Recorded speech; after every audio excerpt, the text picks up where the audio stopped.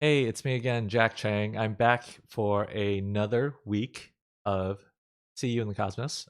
Today I'll be reading chapters 3 and 4, recordings 3 and 4, picking up right where we left off.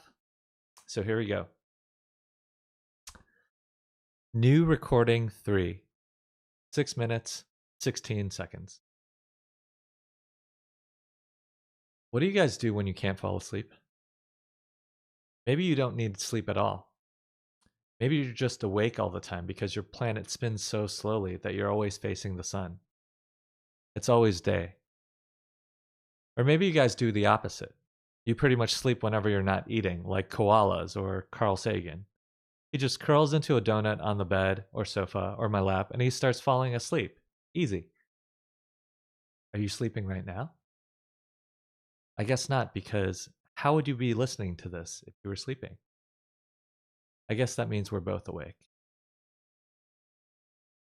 I finished packing last night, and today I spent the whole day making food for my mom for when I'm gone. My mom knows how to cook, and she's a great cook. But I've been making food for us so much this year that I feel bad if I didn't do something. Plus, she was having another one of her quiet days, where she stays in bed and stares at all the little bumps on the ceiling. I think she likes counting them.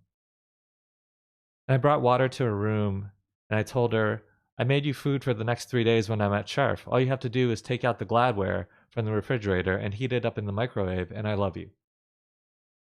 I thought I'd be really tired after making all that food, but I wasn't. I tried listening to Beethoven and Chuck Berry and watching my Blu-ray of Contact, but they only made me more awake.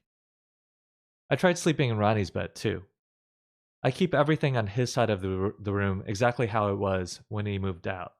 So that way, when he comes home to visit, he'll see all his sexy lady posters on the wall and his sports trophies on the shelf, and he'll feel like he never left.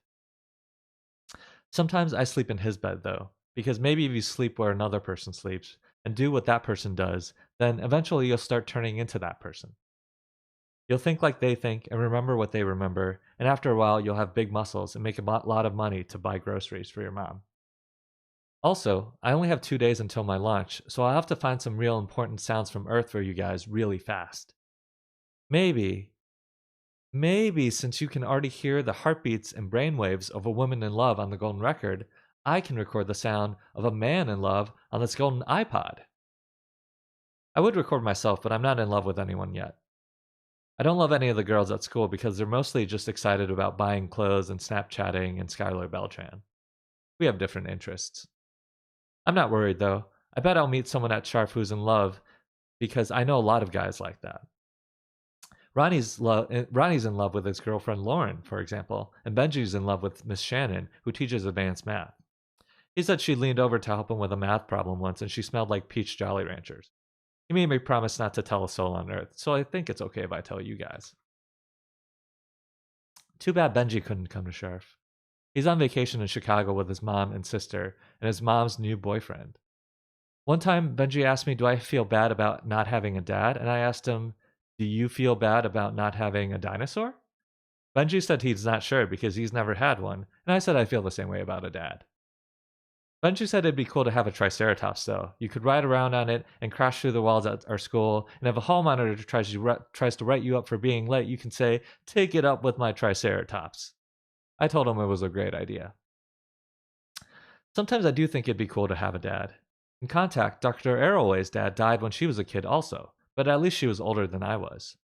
She could remember looking through the telescope with him on their porch and using their old radio to talk to people in Florida. But my dad died when I was 3, so everything I remember is what other people told me. My mom told me that on the day I was born, my dad was supposed to be home from a work trip, but he missed his flight, so she had to drive to the hospital all by herself because Ronnie wasn't old enough to drive yet. But then my dad finally got there, and 10 minutes later, I got there. It's almost like my dad's a jigsaw puzzle, and my mom has some of the pieces, and Ronnie has some of the pieces, but a bunch of other pieces are missing, so I can't finish the puzzle. This year in Mrs. Campos' social studies class, we learned about genealogy, which is the study of who you come from. And we had a lab day where we went on the computers in the library to a site called ancestry.com. When you put in your name and your parents' and grandparents' names on Ancestry.com, it builds a family tree for you automatically using government records and old newspaper articles and things like that. It said that my Lolo and Lola and my mom's side of the family are from the Philippines, which I already knew. And it said that my dad's side of the family came from Europe on a ship in 1870.